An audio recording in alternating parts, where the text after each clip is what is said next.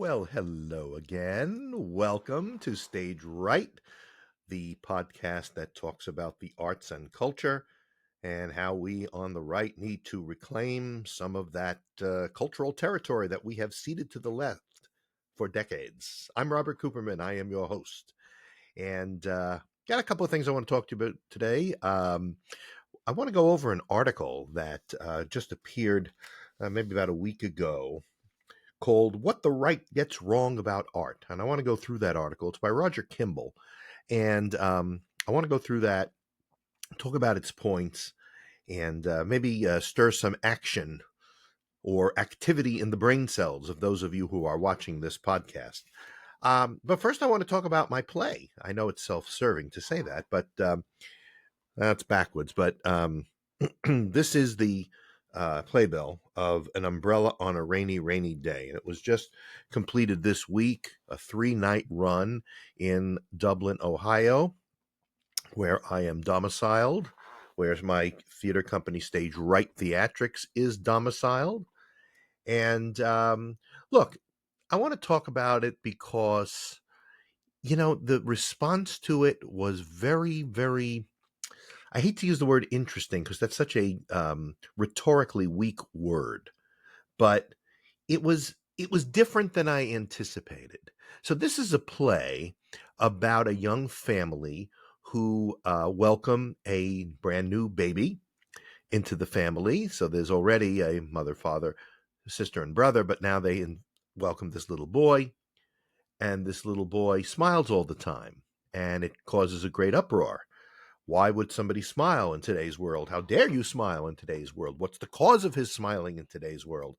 And the parents, on a quest for knowledge and understanding, visit with a teacher, visit with a member of the clergy, visit with a doctor, and they try and they also meet another family who has happy children, and they try to figure out, why is this child happy? And the mother, throughout this play is saying, what does it matter? It's just a happy child. Why is that so bad? But everybody else seems to want to figure it out. And as life goes on, he learns, I guess, how to cry and how to be sad and how to get hurt. And so he becomes less and less happy. And as a result, he pretty much extinguishes his own life. I'm not going to say it's a suicide because he doesn't use a weapon. He just goes off and dies. And then the family, the brother and sister who have hated him, have pushed him around, say, "Oh, we loved him so much." And only the mom says, there is some good to come out of this because he taught us something.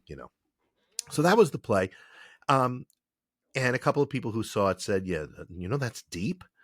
And I always wonder, what's wrong with deep? But somebody who knows me said, "I like you better when you're doing comedy." Well, look, I just want to reiterate that theater is not a safe space, and what we present on the theater may or may not be a challenge to you. And if it is a challenge to you and makes you think, well, then we're striving towards something greater than if we're just doing these vapid musicals and we're doing vapid plays, and also if we are just continuing to spew a particular monolithic point of view. So, I mean, I presented something different. I presented something that was pro God. I presented something that was um, celebrating what's beautiful and good. And I think people just, from all walks of life are just like, I don't have time to think about that. So it kind of troubled me. I mean, I was generally pleased with the production. And I'm watching it, and maybe there's a couple of things I would change. I never listen to anybody who says, "Oh, here's how I would change the play. Here's what I would do." Because once you do that, then you are writing that person's play. I don't want to write that person's play. I want to write my play. And the only way I'm going to figure out what needs to be tweaked in my play is to watch it. And I watched it for 3 nights. It was on for 3 nights. And saw a couple of things that I thought, maybe I should do this, maybe I should do that. We'll see. I generally put down a play when it's been produced, and then I move on to the next one. But we shall see. We shall see. At any rate, that was An Umbrella on a Rainy, Rainy Day, produced by the Abbey Theatre of Dublin, uh, August 21st to the 23rd, 2024. So that leads me to the article I wanted to talk to you about, and that's called What the Right Gets Wrong About Art by Roger Kimball, who is a very well known for many years um, critic, essayist. I'm pretty sure this is the Roger Kimball. It'll be embarrassing if I'm wrong, but years ago I read a book called Tenured Radicals, and he was talking about higher education, of course. And I think he was exposing what then was he noticed as a problem in the faculty, and now it's just gotten exponentially worse because now you have real vehement anti-Semites out there too. But this article, it was on the website of a man named Tom Klingenstein, and I'm trying to get in touch with Mr. Klingenstein. And for you Star Trek fans, that's not Klingonstein, because he is also a great mind about the culture. And Roger Kimball is somebody who thinks a lot about culture. So I want to tell you a little bit of just the highlights for me about what Roger Kimball is talking about. Okay, so he starts off by saying that, and he hits us with the knockout punch right away, and then he proceeds to beat us up more. And by us, I mean conservatives. Okay, people on the right is what he's talking about. He's asking the exact same question that I have asked. Okay, and that is, why have we ceded so much cultural territory to the left? Why are we doing this? And he proposes a couple of answers, and this is a question I always have on my mind. It's why we are so willing to cede that territory, why we have given up on culture. Well, let's take a look a little bit about what Mr. Kimball says. He starts off, by the way, with a quote from someone named Kingsley Amis, who says, "Nice things are nicer than nasty ones." And he thought that is a pretty much important statement to start. Very simple, that nice things are nicer than nasty ones. But what he's arguing here is that we've kind of dropped the ball on nice things, and we are more nasty than ever in the arts. Well, let's talk about that evolution. He starts by saying that ugliness has triumphed in our culture. Ugliness. And this is right away a counterpoint to everything is beautiful, everyone is beautiful. And there's a lot of talk about beauty in this article. But he starts off and says ugliness has not only triumphed in our culture, but it is everywhere held up as something one must embrace as attractive. Because I'm beautiful. You see, no matter what I look like, I'm beautiful. Anyway, so here's what he says. He says conservatives in the West long ago ceded culture to the left. Now, look, I'm not saying that I'm any great mind, but I've been saying this at the beginning of every podcast I've ever done on Stage Right. That we have ceded the cultural territory to the left, and he's saying we did it to the left far long ago. The culture they felt, meaning conservatives, was not really serious. You cannot eat a Rembrandt, nor the Ninth Symphony, nor Paradise Lost. You cannot make payroll writing poetry or studying Botticelli or Herodotus. And it's a point, of course, that's well taken. When you try to figure out, and as I have for a long time, why are conservatives so nonplussed by art? And when we do embrace art, and I'll just speak for theater because that's really all I know. When we do embrace art, we go for the tried and true, right? Oh, Oklahoma's open? Let's go. Right? My Fair Lady? Got to say that. I just said excuse me to an inanimate object. And so they're very excited about that, right? The new, the avant-garde, suspicious of. And Roger Kimball gives a good reason for that. We'll talk about that. But we also tend to be, kind of Mr. and Mrs. First Nighter. Oh, Hamilton is coming to town. Let's go see that so we can say we saw Hamilton when it came to town. And then when all the elite people talk, and I'm talking on all sides of the political aisle here, they say, well, I saw Hamilton, holding their their little martini. I saw Hamilton last night. How about you? She said, yeah, I saw Hamilton the other day. Yeah. And I don't know why they all talk like Thurston Howell III. Well, interest follows me wherever I go. Okay, so he admits that conservatives have ceded culture to the left, and he says, uh, what in people boy, I'm a great speaker, aren't I? He mentions Andrew Breitbart's observation that politics is downstream from culture, which is something I've also talked about in the earlier incarnations of Stage Right. He says that when hearing that, they might nod, they may say they agree, but how do they act? More or less like Medea and Ovid's Metamorphosis, who says, I see the better path and approve, I follow the worse. So I have talked about Andrew Breitbart's comment that politics is downstream from culture. If we're going to change our politics, we have to change our culture. And our culture right now is being changed, twisted, butchered, and whatever other negative adjectives I can come up with, because it's controlled by the left, and they are out to destroy. And wait till you hear a little bit more about this. So he's saying that conservatives don't pay much attention to art. We have ceded it. They did not think or care much about art. It was something that went on, as it were, behind their backs. But then one day they woke up and found the art world, and even the formerly staid world of museums, was awash in sexualized garbage, postmodern inanity, and race worship. Their indifference mutated first into outrage. Right, we were outraged.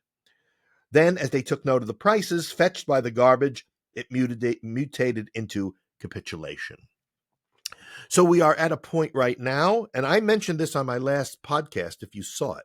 I mentioned this. We are at a point now where we have capitulated to the left. We have given in. We've waved the white flag. And Kimball and I are both saying this is not what needs to be done. So we've let art go, and now it's coming back to bite us, and all we can do is be outraged and then capitulate to it. He talks about, in this wonderful article, it is a little long article, and I know our attention spans are very small these days, but I would urge people to check out tomklingenstein.com. I got his email address there, the URL rather, tomklingenstein.com, and look for this article, What the Right Gets Wrong About Art, by Roger Kimball. It's a long read, but it's a valuable read, and it's going to reinforce things that we talk about here, and that was not Mr. Kimball's intention. So I'm not trying to say that, hey, Kimball somehow heard this show and said, oh, yeah, what do you know? These are things Roger Kimball's been thinking about for a long time. I only come on it more recently, but we are simpatico on this. He says, today we are living in the aftermath of the avant-garde. Now, I talked about this last week when I talked about existentialism in the 20th century and how, even though it is no longer fully embraced, it remains. So here's what he says. Today we are living in the aftermath of the avant-garde. All those adversarial gestures, poses, ambitions, and tactics that emerged and were legitimized in the 1880s and 1890s flowered in the first half of the last century, and that live a sort of posthumous existence now in the frantic twilight of postmodernism. Establishment conservatives have done nothing effective to challenge this. On the contrary, despite little whimpers here and there, they have capitulated to it. And we have. And the whimpers are too far apart, too little, too weak. And that's what this show is about. We don't want to whimper here. We don't want to go out with a whimper. So pay attention to that. Let's see what else we have here. So he's going on to describe how the avant-garde still remains. And he says that, the purpose of the avant-garde was to upset, upend, in some ways destroy, and we are seeing that more and more. But now the the avant-garde is really trying to undermine very seriously. So it's not even offering itself as an alternative to a more romantic, if we will, view of art. It's out to destroy a lot of things. And one of them is our institutions and culture here. So it blends the artistic with the political in a way that it uses art to destroy the politics or the body politic of a country after 250 years. So he says, what can be done? And that's the question. What can be done? For one thing, it is time that we recognize that art need not be adversarial or transgressive in order to be good or important. Until the advent of modernism, art aimed to please by allowing us to experience beauty and also to force us to reflect on ourselves. But now he says we are the enemy of the beautiful.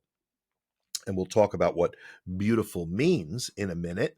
But I like his point. Art need not be adversarial to be good or important. So today, art is adversarial, and art is adversarial to the powers that be, the existing system, and it's all part and parcel of a movement, not only in the arts, but elsewhere, to, as I said, undermine and ultimately destroy a set of values, Western values, and specifically American values, that those who seek to destroy it believe are the cause of evil in the world. And the existence of something like the United States of America is not cause for celebration, but cause for dismay and anger, frustration, and in some cases violence, because we are the ones who brought slavery to the world or some such nonsense, which is not true. These are the same people who say that American history begins in 1619 and not 1776. In 1619, the first slaves from Africa are brought here. Thus, you have that inane 1619 project, and the idea that institution of slavery was established and grew so that its remnants can be felt today. This is hogwash. I'm not saying the date 1619 is not correct, but this is hogwash. And, when you point out that other civilizations for centuries prior to the existence of the United States had slavery, including in, dare I say it, Africa. I'm doing Joe Biden now, right? Listen here. You know what? Come on, man. Time for bed. Africa was participant in the Western slave trade. I'm waiting for the walls to fall down now for saying that. It's just, it's history. So what am I supposed to do? All right. He says also that we must bear in mind that art satisfies no practical need. So it's not, he says it's not useful in the sense in which a law court or a hospital, a farm, or a machinist's shop is useful. Utility is not and should not be our only criterion of value. So art does not serve a practical value, but it serves a spiritual value. It serves a unearthly, if you will, value. It serves a personal value, but it's not going to suture up your surgery scar. It's not going to pick corn, and it's not going to make steel rods. It's hard when you're trying to figure out what to say as you're going along here. He says, today, the primary, often it seems the only goal of many so-called cutting-edge artists is to shock and transgress. The art is secondary, a license for bad behavior. There is also an uncomfortable and inegalitarian truth that in any age, most art is bad or failed art. And in our time, most art is not only bad, but also dishonest, a form of therapy or political grumbling masquerading as art.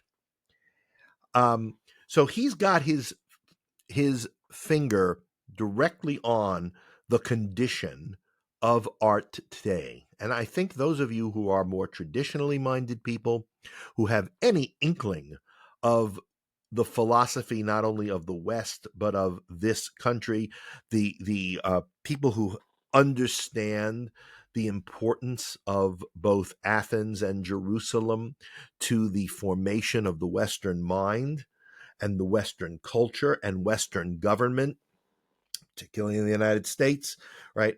You can see that it's why he says that art is dishonest. Um, it is, and he says, in as I read, in any age, most art is bad or failed art, and that's another thing that today, and I believe he makes this point a little later. Today, everything is art. I can throw up on a street and say it's performance art. And I think there have been people who did something like that. Everything is accepted as art. We're all artists. If I scroll on a piece of paper, I'm an artist. I'll never forget again when I went to the Museum of Modern Art in New York City, and there was a framed picture of airmail stamps.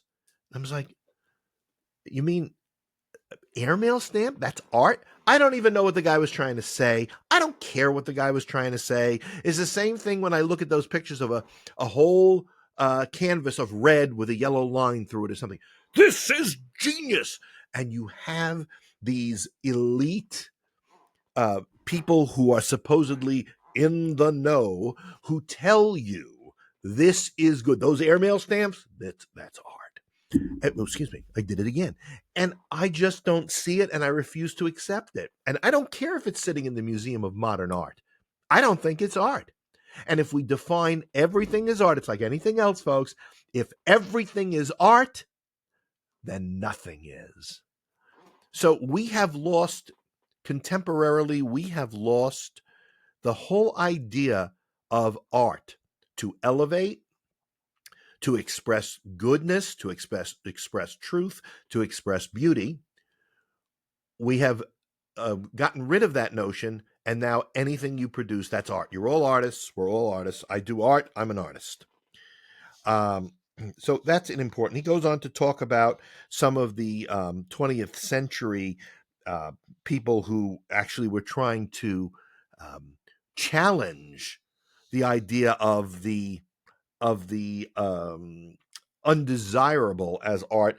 He mentions a man named Marcel Duchamp, and I'm probably pronouncing that wrong, and I apologize. Duchamp. He's the guy who scrawled the name R. Mutt on a urinal, called it a fountain, and he put it out. And today it's considered a genius work of art. And the artist himself said, I threw a bottle rack and the urinal in their faces as a challenge, and now they admire them for their aesthetic beauty. And he was appalled by this. So I think what Kimball is saying about this particular piece of art is that it was meant to show how foolish it is to move away from the beautiful. And yet, again, those in the know tell you this is very important. Look out for the chin strokers, folks. So yes, this is very important. This is art. I'm back to Jim Backus impersonations. Thurston Howell. Um, so he talks about that and how lately we have been more and more accepting of the idea that the ugly, like a urinal, is art, and that is the true art. That's the true inner beauty. He says, to sum that up, the sad fact is that today anything can not only put forward but also accepted and celebrated as a work of art. And that's why you have airmail stamps in a frame in the Museum of Modern Art. So he says, how did we get here? How did we get to a place where art is no longer appreciated in the sense that it used to be and should be? And he says what the art world is lacking today is an allegiance to beauty.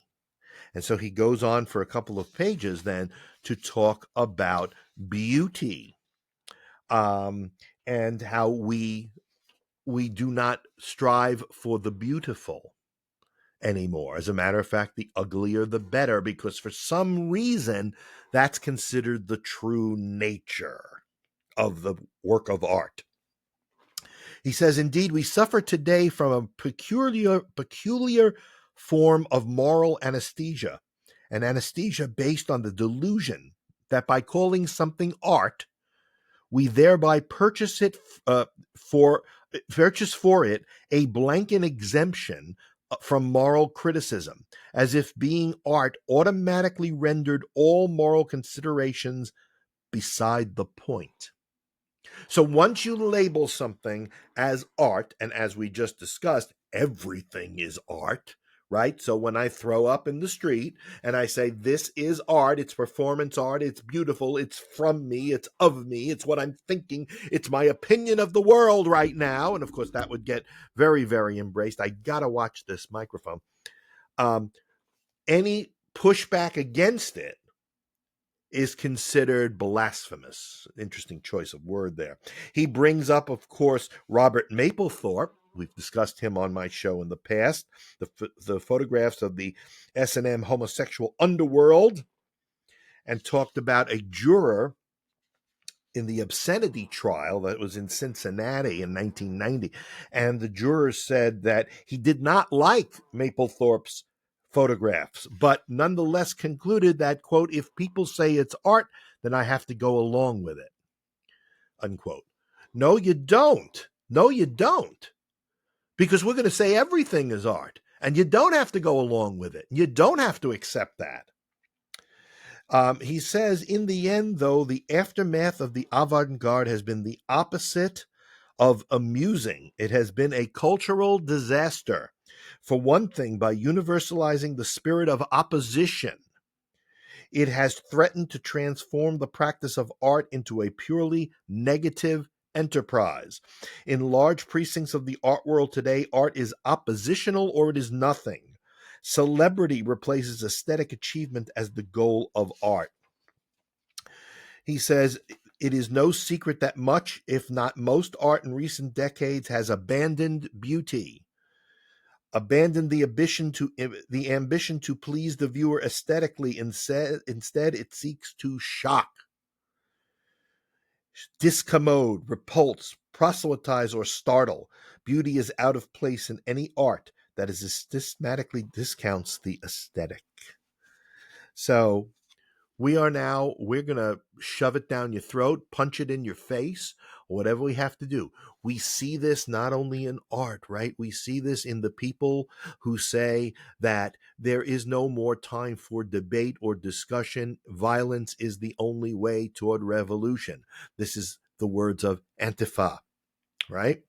The extreme left is saying this, and yet blame the right for being violent.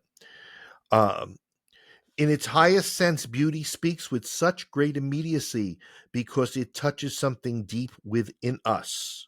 Beauty is something that absorbs our attention and delivers us, if but momentarily, from the poverty and incompleteness of everyday life. At its most intense, beauty invites us to forget our subjection of time and imparts an intoxicating sense of self-sufficiency. Our art closes us to the experience of the beautiful today. He says the trick for viewers as well as artists is not to lose sight of beauty, but to concentrate primarily on something more pedestrian, the making of good works of art. And what he's saying here is if you strive to be beautiful, if you're just saying, I'm going to write to be beautiful, That's not good either. The best guides to this task are to be found not in the work of this season's art world darlings, but in the great models furnished by the past. Saying artists in the past were not just writing to be beautiful. Beauty came out of it. Beauty was a product of the art, but first they produced a great work of art. Serious art today, he says, tends to be a quiet affair. It takes place not at the Tate Modern or the Museum of Modern Art, nor in the Chelsea or the Tribeca galleries, but off to one side out of the limelight. And I always say this about theater: the real work in theater, the meaningful work in theater, is happening in the little black boxes, is happening where we have a chance to be more experimental. It's not Broadway. There was a time when Broadway produced great art. Okay, and it was the pinnacle of that art to be on Broadway. And today, what do we have? Shrek the musical, Back to the Future the musical, A Christmas Story the musical, The Exorcist the musical. We have the whole thing, right? Like that. We have these corporate musicals, and I always say now that New York's Broadway scene and Broadway performers are nothing more than landlocked cruise ship performers. And believe me, you don't go on a cruise ship to see entertainment that's going to give you any pause to think. Um, so I'm going a little over my usual show today because I think this is also important.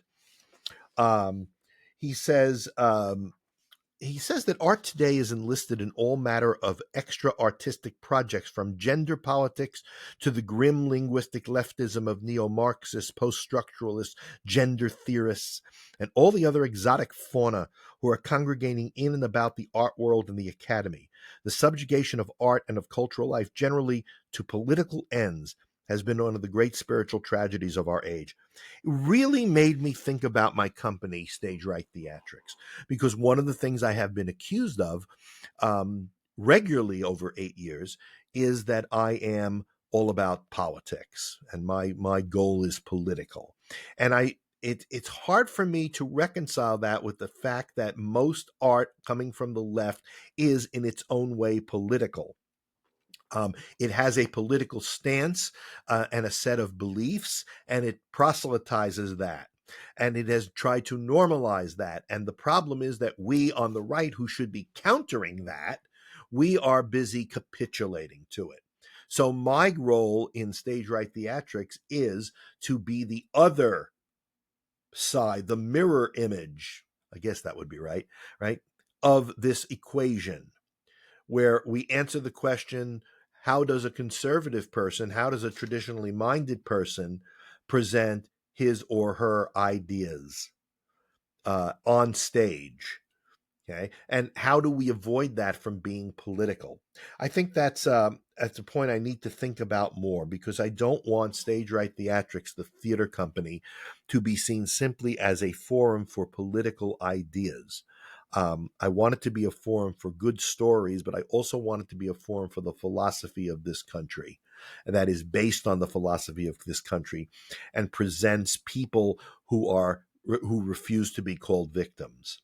And if that's a political stance, because of course, somebody once said everything is political, then I may be guilty of it, but so's everybody else who's producing art these days. But I need to think about that. Anyway, I need you to think about what this article says. Again, I would look for this article. It's called What the Right Gets Wrong About Art. It's in tomklingenstein.com. Speaking of the .com world, if you want to reach me, I'm at stage right 826 at gmail.com, stage right 826 at gmail.com, or my website is stagert.org, stagert.org. Look for me, comment on what you want to see here. We'll have more shows coming up. Thank you for listening. I hope you'll take to heart some of these things. We've got to do something. We can't just sit around and bitch about it. We've got to do something about it. We've got to present our voices. I've been presenting ways to do that, and we'll continue to think about that. If you have anything for me, contact me. In the meantime, this is Robert Cooperman thanking you for being here. And remember the motto of Stage Right Theatrics: disagreement does not equal hate. Thank you, and have a wonderful day.